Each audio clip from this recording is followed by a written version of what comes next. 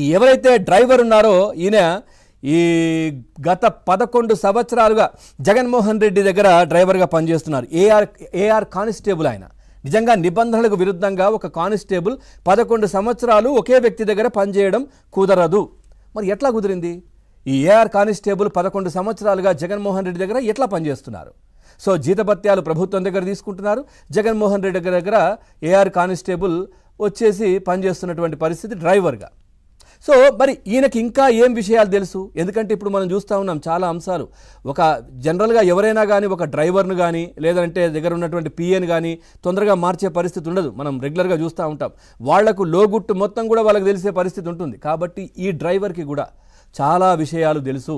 జగన్మోహన్ రెడ్డికి సంబంధించినటువంటి చాలా అంశాలు ఈ డ్రైవర్కు తెలుసు. అందుకే డ్రైవర్ను అదుపులోకి తీసుకోగానే జగన్మోహన్ రెడ్డి కొంచెం తటపటాయిస్తున్నారు, కొద్దిగా ఇబ్బంది పడుతున్నట్టయితే తెలుస్తూ ఉంది.